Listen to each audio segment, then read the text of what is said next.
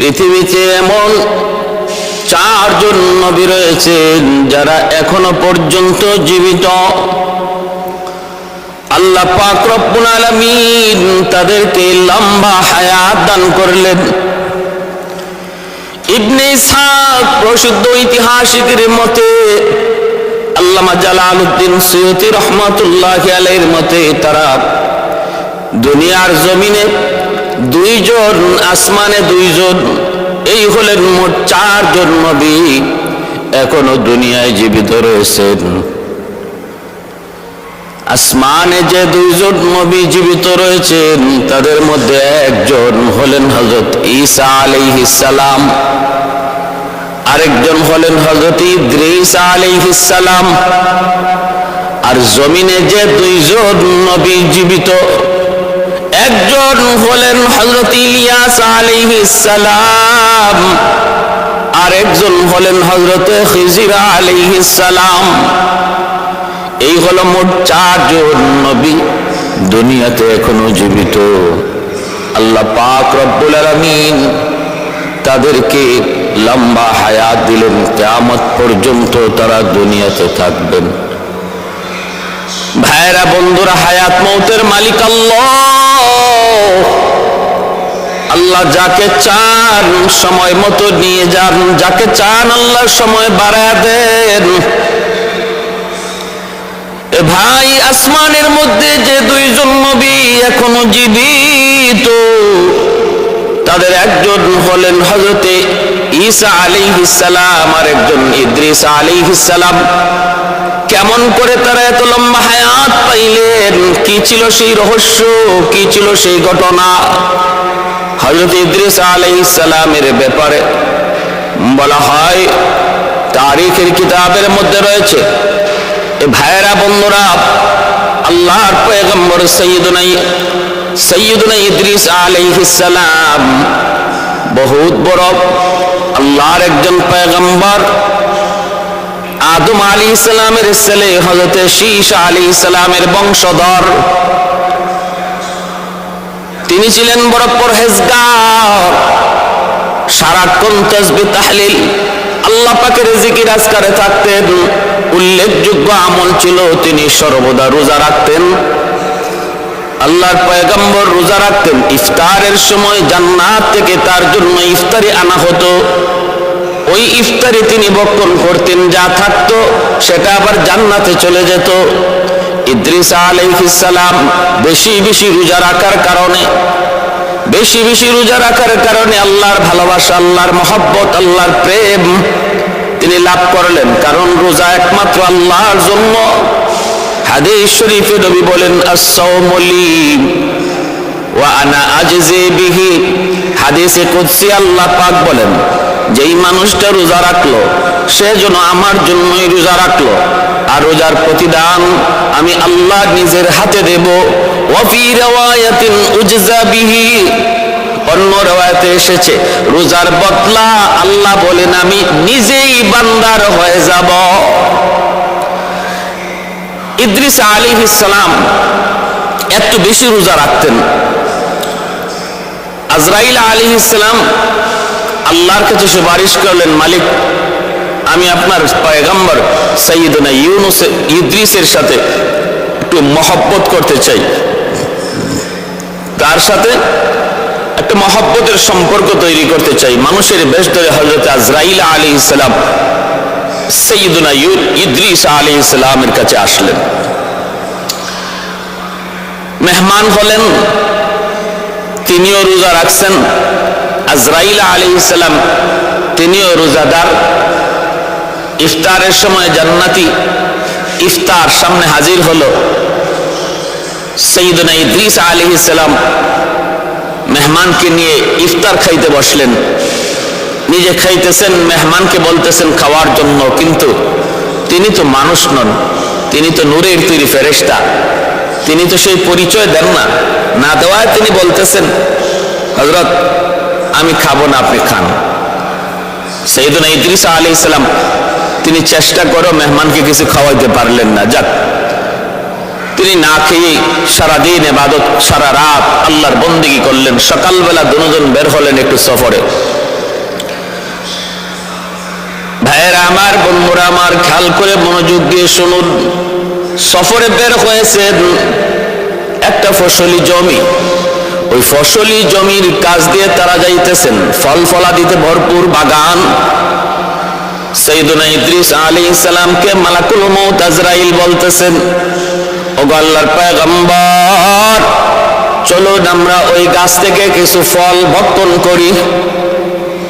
সাইয়েদুনা ইদ্রিস আলাইহিস সালাম বলেন, আপনি তো বড় আশ্চর্য মানুষ, হালাল খাবার আপনার সামনে পেশ করলাম, কিন্তু আপনি হালাল খানা খাইলেন না, এখন অন্যের মাল খাইতে চাইতেছেন। চলুন সামনে চলুন।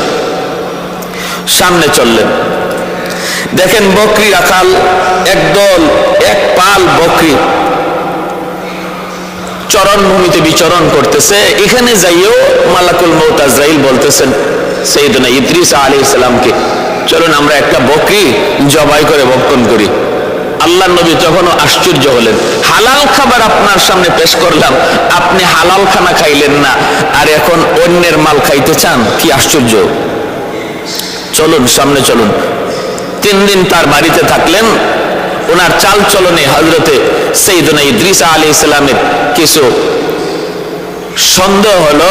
পরে তিনি জানতে চাইলেন, পিরাপিরি করলেন যে আপনার পরিচয় কি, আপনি বলুন কে আপনি।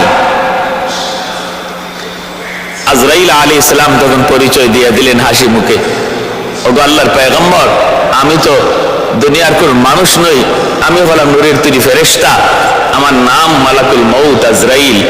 হযরত ইদ্রিস আলাইহিস সালাম বলতেছেন, আপনি কি সেই মালাকুল মউত যিনি মানুষের জান কবজ করেন? বলে, হ্যাঁ আমি সেই মালাকুল মউত। ইদ্রিস আলাইহিস সালাম বলেন, তাহলে আসলেন, আপনি আমার কাছে আসলেন কি আমার জান কবজ করার জন্য? তিনি বলেন, না, আমি আপনার জান কবজ করতে আসি নাই, আমি এসেছি আপনার সাথে একটা বন্ধুত্ব স্থাপন করার জন্য। আল্লাহ আপনাকে খুব ভালোবাসেন, এজন্য আমি আপনার সাথে সাক্ষাতে এসেছি, বন্ধুত্ব স্থাপন করতে এসেছি, আমি আপনার বন্ধু হতে চাই। সাইয়েদুনা ইদ্রিস আলাইহিস সালাম তখন বলেন, আমি আপনার সাথে বন্ধুত্ব স্থাপন করতে পারি 3 শর্তে। 1 নম্বর শর্ত হলো, মানুষের রূহ কবজ করেন আপনি, আমি একটু জানতে চাই, একটু বুঝতে চাই কেমন করে রূহ কবজ করা হয়। এই রূহ কবজ করার অবস্থাটা আমি একটু বুঝতে চাই, জানতে চাই, এজন্য আপনি আমার জানটা এখন কবজ করবেন। মালাকুল মউত আজরাইল বলেন, এটা আমার ইচ্ছাধীন নয়, যদি রূহ কবজ করতে হয় আল্লাহর পক্ষ থেকে অনুমতি লাগবে। সাইয়েদুনা ইদ্রিস আলাইহিস সালাম আল্লাহর কাছে অনুমতি নিয়ে মালাকুল মউত আজরাইলকে বললেন, ভাই আজরাইল, আপনি আমার জানটা কবজ করুন, আমি একটু দেখতে চাই রূহ কবজ, জান কবজের হালতটা কেমন হয়। আমাদের প্রত্যেকেরই সামনে জান কবজের হালত রয়েছে রে ভাই। এমন কোন প্রাণী নাই যে প্রাণী মৌতের স্বাদ গ্রহণ করবে না। প্রত্যেকের সামনেই সাকরাতুল মউত রয়েছে, মরণের যন্ত্রণা রয়েছে। আজরাইল আলাইহিস সালাম তখন তিনি প্রস্তুতি নিলেন, নবীকে বললেন, নবী গো আপনি প্রস্তুত হন। তারপরে রূহটা কবজ করলেন, আবার রূহটা তাকে দিয়া দিলেন। এরপরে আজরাইল আলাইহিস সালাম বলতেছেন, আল্লাহর পয়গম্বর, বলুন তো আপনার কাছে কেমন লাগলো, জান কবজটা কেমন লাগলো, কেমন বুঝলেন? সাইয়েদুনা ইদ্রিস আলাইহিস সালাম বলতেছেন, ভাই মালাকুল মউত আজরাইল, আমি কি বলবো, শুধু এতটুকু বলতে পারি, একটা জিন্দা প্রাণীকে জীবন্ত সিলাইয়া তার শরীরে লবণ দিলে যেই পরিমাণ ব্যথা হয়, জিন্দা প্রাণীকে জীবন্ত চামড়া সিলাইলে যেই পরিমাণ যন্ত্রণা হয়, এর চেয়ে বেশি যন্ত্রণা আমি অনুভব করেছি। সুবহানাল্লাহ। ভাইরা বন্ধুরা, জন্য মালাকুল মউত আজরাইল বলেন, নবী গো, এটা তো আসল কোন রূহ কবজ ছিল না, এটা ছিল শুধুমাত্র আপনাকে একটু দেখানো, এটা তো আসল রূহ কবজ নয়, আসল রূহ কবজের চেয়ে আরো কঠিন, এর চেয়ে আরো কঠিন। আমার নবী, রহমতের নবী, মায়ার নবীর সামনে যেদিন মালাকুল মউত আজরাইল এসেছিলেন, তিনি আল্লাহর নবীর সিনা মুবারকের উপরে হাতটা রেখেছিলেন। নবী তখন বলেছিলেন, ভাই আজরাইল, আমার বুকের উপরে তুমি কি রাখছ? তিনি বলেন, নবী গো, আমি আমার হাতটা রেখেছি। আল্লাহর নবী বলেন, ভাই আজরাইল, আমি তো মনে করেছি আমার বুকের উপর তুমি উহুদ পাহাড় চাপায়া রাখছ। এতটা যন্ত্রণা আমার আপনার প্রত্যেকের সামনে রয়েছে, সবার সামনে যন্ত্রণা। প্রাণী মাত্রই তার মরণের স্বাদ গ্রহণ করতে হবে। কুল্লু নাফসিন যায়িকাতুল মাউত। আল্লাহ পাক রব্বুল আলামিন প্রত্যেকটা প্রাণীকেই মৌতের স্বাদ গ্রহণ করার ঘোষণা দিয়ে রাখছেন। এরপরে সাইয়্যিদুনা ইদ্রিস আলাইহিস সালাম বলতেছেন, আমার আরেকটা শর্ত হলো, আমাকে জাহান্নাম একটু দেখাও, যাতে করে জাহান্নামের আযাব দেখে আমি আল্লাহর ইবাদত, আল্লাহর বন্দেগী, আল্লাহ পাকের পাবন্দি আরো বাড়ায় দিতে পারি। আল্লাহর নির্দেশে সাইয়্যিদুনা ইদ্রিস আলাইহিস সালামকে নিয়ে হযরত মালাকুল মউত আজরাইল জাহান্নাম দেখাইলেন, জাহান্নামের শাস্তি দেখাইলেন। তারপরেই ইদ্রিস আলাইহিস সালাম 3 নাম্বার শর্ত করতেছেন, আমার 3 নাম্বার শর্ত হলো, যদি আমার সাথে বন্ধুত্ব করতে হয়, 3 নাম্বার শর্ত হলো, আমাকে জান্নাত দেখাও, জান্নাতের শান্তি দেখাও, নাজ নিয়ামত দেখাও। যদি আমি জান্নাতের নাজ নিয়ামত শান্তি দেখি, তাহলে আমি আল্লাহর বন্দেগী, আল্লাহর গোলামি, আল্লাহর তাসবিহ তাহলিল, আল্লাহ পাকের জিকির আরো বেশি করে করব। আমার ভাইয়েরা, বন্ধুরা, সাইয়্যিদুনা ইদ্রিস আলাইহিস সালামকে নিয়ে মালাকুল মউত আজরাইল যখন জান্নাত দেখাইতে গেলেন, জান্নাত দেখাইতে গেলেন, জান্নাতের ভিতরে তিনি ঢুকলেন, নাজ নিয়ামতগুলি তিনি দেখতেছেন। মালাকুল মউত আজরাইল একটু পরে ডাক দিলেন, ওগো আল্লাহর পয়গম্বর, এবার একটু বের হয়ে আসুন। তিনি তখন ডাক দিয়ে বলেন, ভাই আজরাইল, জান্নাত তো এমন এক জায়গা যেখানে ঢুকলে আল্লাহ পাক কখনো বের করবেন না বলে তিনি ওয়াদা করেছেন। ওয়াদা, জান্নাতের ভিতরে আল্লাহ যারা একবার ঢুকাবেন সে আর বের হবে না। এর আগে মৃত্যুর স্বাদ। আল্লাহ বলেন, প্রতিটা মানুষকে, প্রতিটা প্রাণীকে মৃত্যুর স্বাদ গ্রহণ করতে হবে, আমি তাও করেছি। দ্বিতীয় বলেছেন, জাহান্নাম না দেখে কেউ জান্নাতে যেতে পারবে না, আমি তাও করেছি।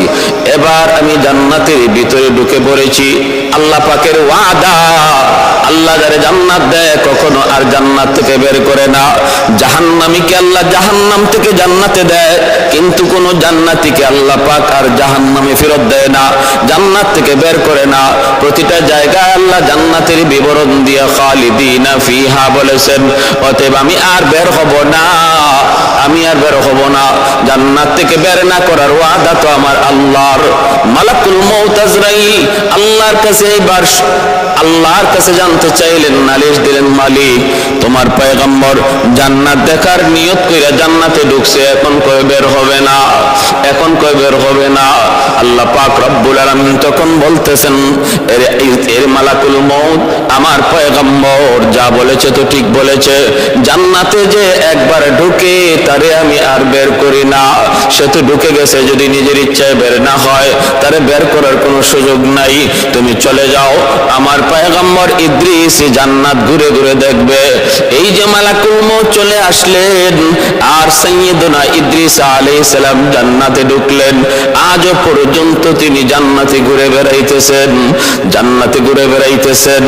এজন্য ভাইরা, সাইয়্যিদুনা ইদ্রিস আলাইহিস সালাম কিয়ামত পর্যন্ত তিনি জান্নাতে ঘোরাঘুরি করেন, জান্নাতের ভিতরে বিচরণ করেন। এই হলো একজন পয়গম্বর, যিনি পয়গম্বর হইয়া তিনি এখনো পর্যন্ত জীবিত, তাও কোনো দুনিয়ার জমিনে নয়, তাও আসমানের এমন এক জায়গা যেটা হলো জান্নাত, জান্নাতের ভিতরে তিনি এখনো আছেন। এ ভাই, খেয়াল করে মনোযোগ দিয়ে শুনো।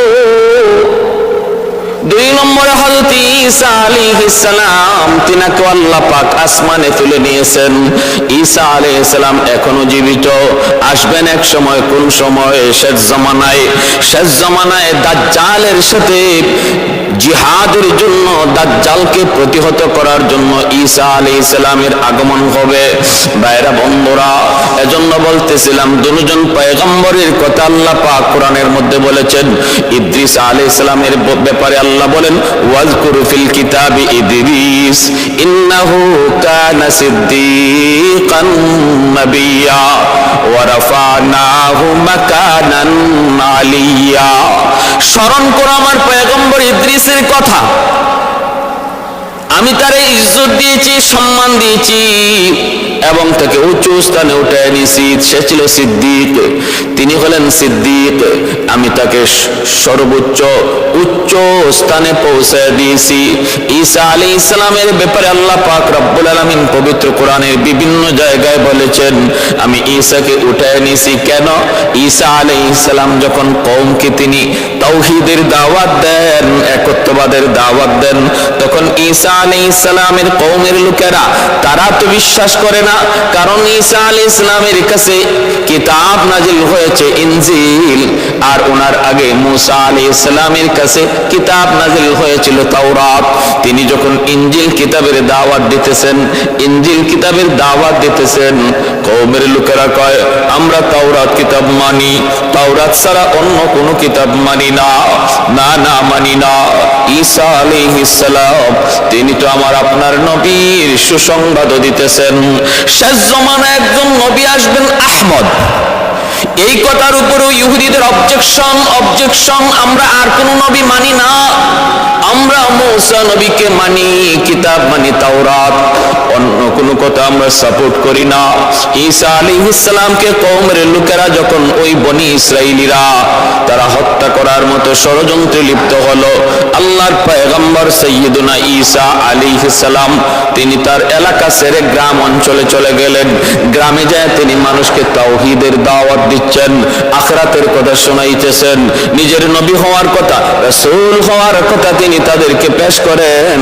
গ্রামের কিছু মানুষ তার কথাগুলি মানল, এদেরকে ঈসা আলাইহিস সালামের হাওয়ারিয়িন বলা হয়,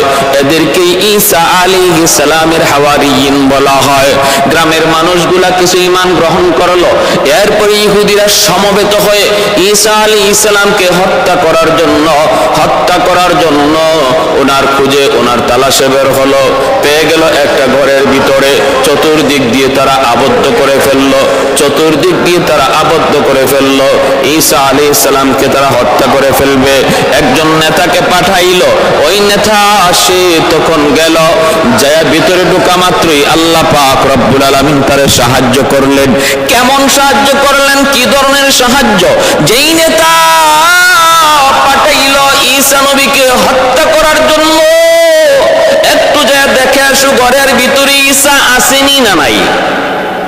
যেই লোকটারে পাঠাইলো ঘরে তালাশ করার জন্য, আল্লাহ পাক রব্বুল আলামিন ওই লোকটাকে ঈসা আলাইহিস সালামের মতো বানায় দিলেন, ওনার ধরন আর আকৃতি আল্লাহ বানায় দিলেন।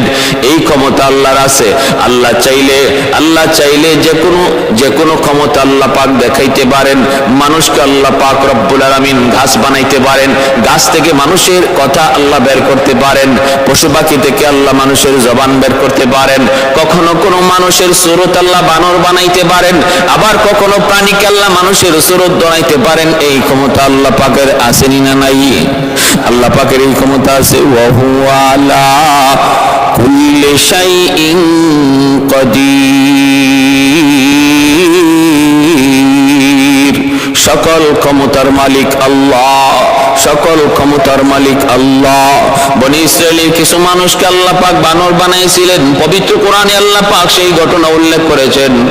মানুষগুলিকে আল্লাহ পাক বানর বানায় দিয়েছেন, এই ক্ষমতা আল্লাহর আছে। ঈসা আলাইহিস সালাম ঘরের ভিতরে আছেন কি নাই, এই খবর নেওয়ার জন্য যেই মানুষটাকে, যেই নেতাকে তারা ঘরের ভিতরে পাঠাইলো, আল্লাহ পাক রব্বুল আলামিন ওই মানুষটাকে ঈসা নবীর আকৃতি বানায় দিলেন। বেশ কিছুক্ষণ অপেক্ষা করার পর লোকজন তাড়াহুড়া করে সব ঘরে ঢুকে পড়লো। এইদিকে আল্লাহ পাক রব্বুল আলামিন জিবরাইল মারফতে তার পয়গম্বর, তার রাসূল সাইয়্যিদুনা ঈসা আলাইহিস সালামকে তিনি আকাশে উঠায় নিলেন। আকাশে উঠায় নিলেন। ওরা ভিতরে ঢুইকা নিজের নেতাকে ঈসা মনে কইরা হত্যা করলো, মারধর করলো। সে বারবার বলতেছে, রে ভাই আমি কিন্তু ঈসা না, আমি কিন্তু ঈসা না। কিন্তু ওরা বলতেছে না না, কারণ সুরত তো আল্লাহ ঈসা নবীর বানায় দিছেন। এজন্য কওমের লোক বিশ্বাস করে না, বিশ্বাস করে না, মারধর করে করে হত্যা করে ফেললো, শুলিতে চড়াইলো। এই হলো ঈসা আলাইহিস সালামকে আল্লাহ পাক আকাশে তুলে নেওয়ার ঘটনা। আল্লাহ তুইলা নিছেন আসমানে, আর ঈসা মনে করে ওরা হত্যা করে ফেললো। এজন্য ইহুদিরা মনে করে ঈসা নবীকে ওরা হত্যা করেছে। কিন্তু আল্লাহ কোরআনে বলেন না না, আমার ঈসাকে আমি আল্লাহ আসমানে উঠায় নিয়েছি, আজও পর্যন্ত জীবিত। আসবেন শেষ জমানায়, ইমাম মাহদী আলাইহিস সালামের জমানায় ঈসা আলাইহিস সালাম আগমন করবেন, আর তিনি তখন দাজ্জালের সাথে যুদ্ধ করবেন। ইমাম মাহদী আলাইহিস সালাম আসরের নামাজের সময় নামাজটা পড়বেন, পড়াইবেন। ওই মুহূর্তে দামেস্কের সেই মসজিদের সাদা মিনারায় আল্লাহর পয়গম্বর সাইয়্যিদুনা ঈসা তিনি তখন ওই মিনারায় নামবেন। সেখান থেকে তিনি আসবেন, মসজিদে ঢুকবেন। আমাদের ইমাম মাহদী তাকে নামাজ পড়াইতে বলবেন, কিন্তু তিনি বলবেন না, আপনি নামাজ পড়ান, কারণ আপনি উম্মতের ইমাম। আমি আর এখন নবী হিসেবে আসি নাই, আমার একটা কাম বাকি রইছিল। কামটা হলো আমার মৌতটা বাকি রইছিল। এই বাকি কাম সম্পন্ন করার জন্য আল্লাহ আমাকে আবার দুনিয়ায় পাঠাইছে। ইমামতি করবেন আপনি। আজ আপনি ইমাম, আমি ঈসারও ইমাম। ঈসা আলাইহিস সালামকে এইভাবে আল্লাহ আকাশে উঠিয়ে দিয়েছেন। তাহলে এই দুইজন পয়গম্বর সাইয়্যিদুনা ইদ্রিস আলাইহিস সালাম আর সাইয়্যিদুনা হযরত ঈসা আলাইহিস সালাম, ওনারা দুজন জীবিত, এখনো পর্যন্ত জীবিত। জমিনে না আসমানে? আসমানে। এবার আসুন, জমিনে যে দুইজন নবী জীবিত আছেন, তারা কোন কারণে জীবিত, তাদের পিছনে ঘটনা কি, তারা কোথায় আছেন? হযরত খিজির আলাইহিস সালাম তিনি আছেন দুনিয়াতে জীবিত জল বাগের দায়িত্বে। আর হযরত ইলিয়াস আলাইহিস সালাম তিনি এখনো আল্লাহ পাক তাকে জীবিত রাখছেন স্থল ভাগের দায়িত্বে। হযরত খিজির আলাইহিস সালামের ঘটনা আমরা মোটামুটি সবাই জানি। হযরত মূসা আলাইহিস সালামের সাথে তার ঘটে যাওয়া ঘটনা। কিন্তু হযরত খিজির আলাইহিস সালাম ইনি কিভাবে এই লম্বা হায়াত পাইলেন, এটা আমরা অনেকেই জানি না। হযরত খিজির আলাইহিস সালাম তিনি, ভাইরা, খিজির আলাইহিস সালাম তিনি বাদশাহ ইস্কান্দার, যাকে কোরআনের ভাষায় জুলকারনাইন বলা হয়, এই হযরত বাদশাহ জুলকারনাইন, যাকে আল্লাহ পাক তামাম দুনিয়া রাজত্ব দান করেছিলেন, যে দুইজন মুমিনকে আল্লাহ তামাম দুনিয়ার বাদশাহী দান করেছিলেন, তাদের ভিতরে একজন হলেন হযরতে বাদশাহ ইস্কান্দার, যেটাকে আমাদের ভাষায় আর কোরআনের ভাষায় জুলকারনাইন। আরেকজন হলেন হযরতে সুলাইমান আলাইহিস সালাম। এই দুইজনকে আল্লাহ পাক রব্বুল আলামিন মুমিনদের ভিতর থেকে তামাম দুনিয়ার বাদশাহী দান করেছিলেন, আর কাফেরদের ভিতর থেকে বুখতানসর আর নমরুদ। আমার ভাই একটু খেয়াল করে শুনুন, বাদশাহ ইস্কান্দার, বাদশাহ জুলকারনাইন, ওনার প্রধান উজির ছিলেন হযরত খিজির আলাইহিস সালাম, যার নাম ছিল বিলিয়া।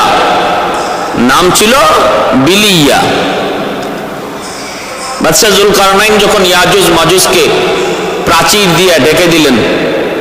এই ঢাকার পরপরই তিনি আল্লাহর কাছে একটা আবদার করেছিলেন, আল্লাহ আমাকে তুমি অনন্তকাল একটা হায়াত দাও, যেন আমি বেশি বেশি তোমার গোলামি করতে পারি, বন্দেগী করতে পারি। তখনকার সময়ের যারা আবেদ ছিলেন, তখনকার সময়ের যারা সুফি ছিলেন, সাধক ছিলেন, তাদের কাছেও বাদশাহ সিকান্দার জুলকারনাইন তিনি জানতে চাইলেন, লম্বা হায়াত পাওয়ার কোনো আমল আছে কি, লম্বা হায়াত পাওয়ার কোনো একটা ধরন আছে কি না, একটু আমাকে বলো। সাধকেরা বলল, হ্যাঁ একটা সূরত আছে, লম্বা হায়াত যদি আপনাকে পেতে হয় তবে আবে হায়াত পান করা লাগবে। আব শব্দের অর্থ হলো পানি, হায়াত অর্থ হলো জীবন। এমন এক পানি আপনাকে পান করতে হবে যেই পানির মধ্যে জীবন রয়েছে। বলে এই আবে হায়াত পাবো কোথায়? আবে হায়াত পাবো কোথায়? সাধক তিনি তখন বললেন, কুহে কাফ নামক একটা পর্বতমালা, এই কুহে কাফ, এই পর্বতের ভিতরে অন্ধকার একটা গুহার মধ্যে পানি আবে হায়াত আল্লাহ রেখে দিয়েছেন, যা দুধের চেয়েও বেশি সাদা, মধুর চেয়েও বেশি মিষ্টি, মেশকে আম্বরের চেয়েও বেশি ঘ্রাণ। এই পানি যে একবার পান করবে, আল্লাহ পাকের উসিলায় আল্লাহ তারে লম্বা হায়াত আল্লাহ তারে দান করবে। তাহলে পেতে হলে কি করতে হবে? কুহে কাফ যেতে হবে, তালাশ করতে হবে। সেখানে অন্ধকার এক গুহা, সেই গুহার মধ্যে তালাশ করতে হবে। তবে এই তালাশটা অত্যন্ত বিপজ্জনক।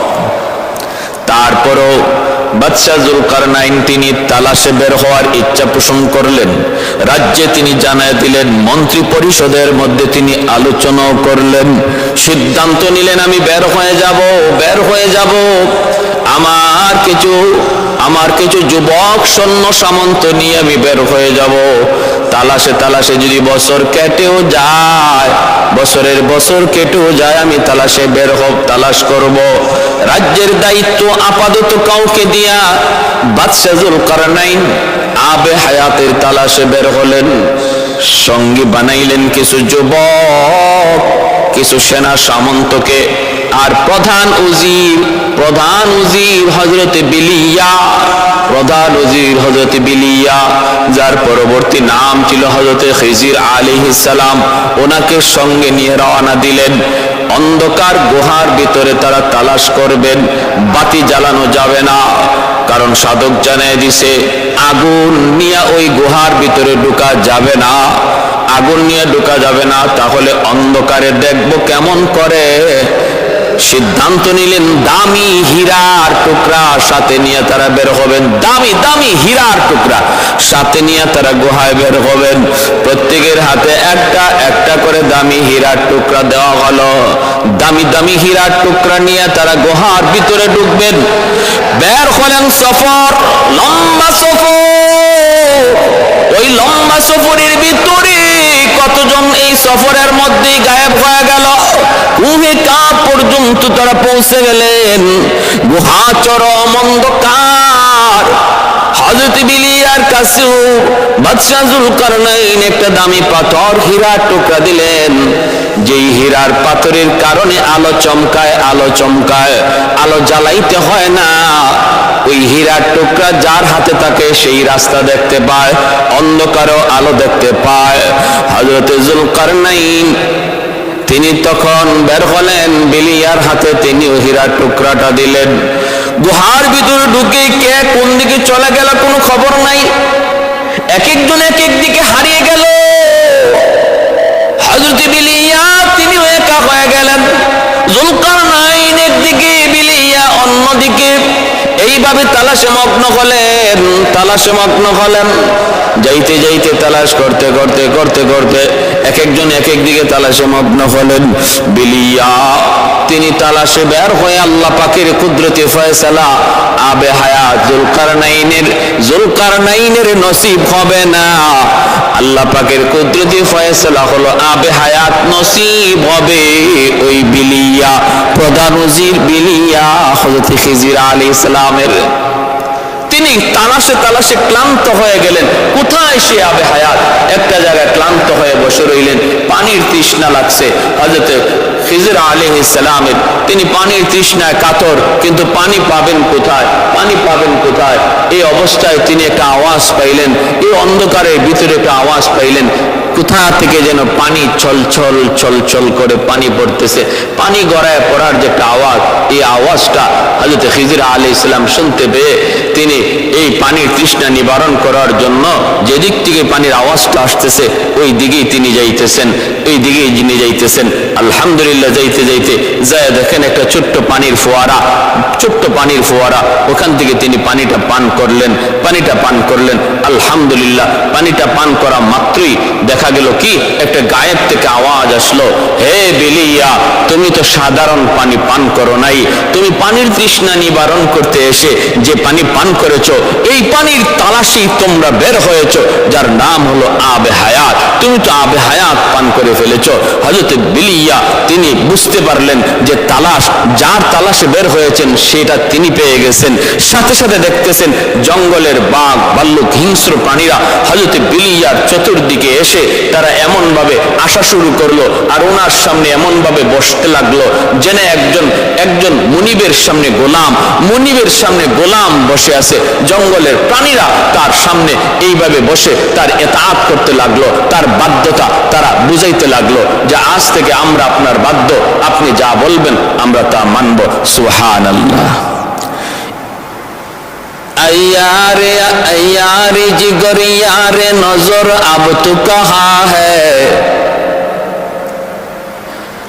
यारे जिगर यारे नजर अब तू कहाँ है, दीवाना तेरा हो गया मैं मेरे खबर लो, दीवाना तेरा हो गया मैं मेरे खबर लो, ऐ दोस्तों अगर जाका नबी जाबा तो बख्शम। কবি কত সুন্দর করে একজন দেওয়ানা একজন আশিকের কথা বলতেছে।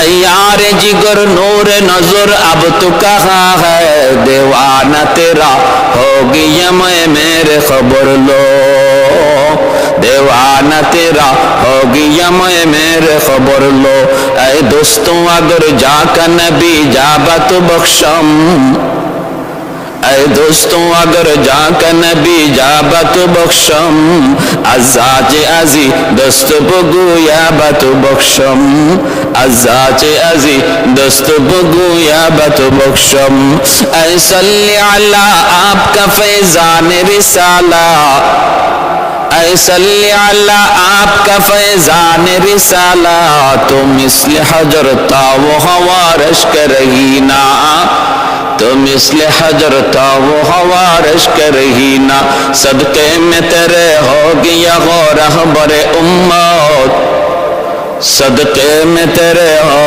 गया गो रहबर उम्मत, जो कुफ्र की जुल्मत से ताइक अब्द कमीना, जो कुफ्र की जुल्मत से ताइक अब्द कमीना, यारे जिगर नूर नजर अब तू कहाँ है, दीवाना तेरा हो गया मैं मेरे खबर लो, दीवाना तेरा हो गया मैं मेरे खबर लो। ভাইরা, এই পানি যে পানির পান করার জন্য বের হয়েছিলেন বাদশাহ জুলকারনাইন, সেই পানি নসিবে রাখলেন আল্লাহ হযরত খিজির আলাইহিস সালামের, যিনি তখনকার সময়ে বাদশাহ জুলকারনাইনের প্রধান উজির ছিলেন। এর থেকেই হযরত খিজির আলাইহিস সালাম তিনি আবে হায়াত পান করার মাধ্যমে আল্লাহর পক্ষ থেকে আল্লাহর রহমতে আল্লাহ পাকের ইশারায় লম্বা হায়াত তিনি পেয়ে গেলেন। আজও পর্যন্ত জীবিত আছেন। ভাইরা বন্ধুরা, আমি বলবো এর ভিতরে মতানৈক্য থাকতে পারে, কেউ বলেন যে না না জীবিত নাই, কেউ বলেছেন তিনি জীবিত আছেন। আমরা বলতেছি একটু মনোযোগ দিয়ে শুনুন, হযরত খিজির আলাইহিস সালাম জীবিত আছেন। এই জীবিত থাকার বিষয়টা অনেকে সাক্ষীও দিয়েছেন। অনেকে সাক্ষীও দিয়েছেন আবু বকর সিদ্দিক রাদিয়াল্লাহু তাআলা আনহুর সাথে আল্লাহর নবীর ইন্তেকালের পর নবীজির দেহ মোবারক যখন মদিনাতুল মুনাওয়ারায় নবী দুনিয়া থেকে বিদায় হয়ে গেছেন, ওই অবস্থায় হযরত খিজির নবীর দেহটা দেখতে এসেছিলেন। আর হযরত আবু বকর সিদ্দিক রাদিয়াল্লাহু তাআলা আনহুর সাথে সাক্ষাৎ হয়েছে। জলপথে কোনো মানুষ বিপদগ্রস্ত হয়ে গেলে হযরত খিজির আলাইহিস সালাম তখন বিপদগ্রস্ত মানুষকে উদ্ধার কাজে তিনি সাহায্য করেন। খিজির আলাইহিস সালাম তিনি সাহায্য করেন। বিপদে পড়েছে কোনো মানুষ জলে, তাদেরকে সাহায্য করতে তিনি আগে আসেন। পৃথিবীর জমিনের কোথাও কোনো মানুষ বিপদে আক্রান্ত, খিজির আলাইহিস সালাম তিনি তাদের সাহায্য করেন। ভাইরা, এর থেকে হযরত খিজির আলাইহিস সালাম তিনি হায়াত পাইলেন, লম্বা হায়াত। আরেকজন হলেন হযরত ইলিয়াস আলাইহিস সালাম। চারজন নবীর কথা বললাম যারা লম্বা হায়াত পাইলেন, এখনো পর্যন্ত তারা জীবিত।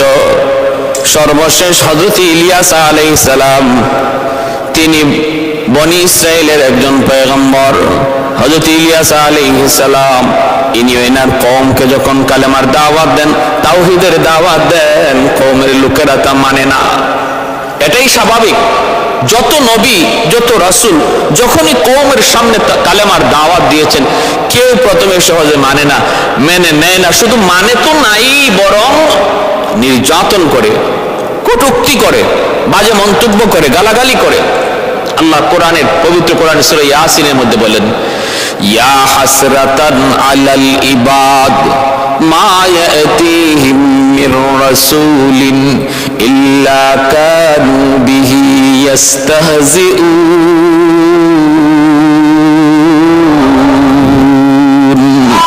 এমন কোন পয়গম্বর নবী নাই, আল্লাহ নিজে আফসোস করেন, ইয়া হাসরাতান আলাল ইবাদ, হায় মানুষের উপর আমি আল্লাহর আফসোস যে আমার এমন কোন নবী এমন কোন রাসূল তাদের কাছে আসেন নাই যার সাথে তারা মজাক করে নাই, ঠাট্টা করে নাই, বিদ্রুপ করে নাই। ইলিয়াস আলাইহিস সালাম কওমের সামনে আসলেন, এসে দেখেন এরা বাল নামক মূর্তির পূজা করে। বাল হলো এক সুন্দরী, বিশ্ব সুন্দরী এক নারী ছিল বাল নামে। ওই নারীর পূজা করে সে দুনিয়া থেকে মৃত্যুর পর, তখন তার মূর্তি বানায়া এলাকার মানুষ ও বালের পূজারী। তিনি কালেমার দাওয়াত দিতেছেন, মূর্তি পূজা না করতে নিষেধ করতেছেন। এই অবস্থায় তারা তার কথা মানল না। এমনকি বালকে তারা দেবতা তো মানেই, এই বালের 150 জন মিথ্যা নবীও বানাইছে তাদের দেবতার। তিনি তাদের কাছে কালেমার দাওয়াত দেওয়ার পরে যখন মানে না, আল্লাহর কাছে আযাব চাইলেন। আল্লাহ পাক রব্বুল আলামিন আযাব দেওয়ার অঙ্গীকার করলেন। আযাব চলে আসলো, দুর্ভিক্ষ। বাদশার কাছে যায় নবী বলতেছেন, দুর্ভিক্ষ থেকে যদি বাঁচতে হয় তাহলে তওবা করে তাওহীদের পথে চলে আসো, মূর্তি পূজা ছেড়ে দাও, নতুবা এই আযাব যাবে না। আমার কথা যদি বিশ্বাস না হয়, আমি যে নবী, আমি যে পয়গম্বর, এই কথা যদি বিশ্বাস না হয়, তাহলে আসো প্রমাণ করি। তোমাদের যেই নবী, ওই বালের যে মিথ্যা নবী, এরা মিথ্যাবাদী নবী, আমি এটা প্রমাণ করতে সক্ষম। বাদশা তখন বলল, তুমি কেমন করে প্রমাণ করবা? তিনি বললেন, তাহলে ওই নবীদেরকে ডাকো, ওদেরকে বলো ওরা বালের নামে কুরবানি দিবে, আমি আমার আল্লাহর নামে কুরবানি দিব। আর তখনকার সময়ে কুরবানি কবুল হওয়ার আলামত ছিল আসমান থেকে আগুন আইসা যার কুরবানিটা খেয়ে ফেলতো, বোঝা যাইতো তার কুরবানি আল্লাহর কাছে কবুল হয়েছে। এই কথা বলার পর বাদশাহ তার ওই মিথ্যা নবীদেরকে ডাকলো, বাল দেবতার নবীদেরকে ডাকলো, ডাইকা বলল, এই হলো তোমাদের সামনে চ্যালেঞ্জ, ইলিয়াসের চ্যালেঞ্জ। তোমরা কোরবানি দিবা, রাখবা, সেও কোরবানি দিবে, বস্তু রাখবে, আকাশ থেকে যার কোরবানি এসে আগুন খেয়ে ফেলবে, বোঝা যাবে তার কোরবানি।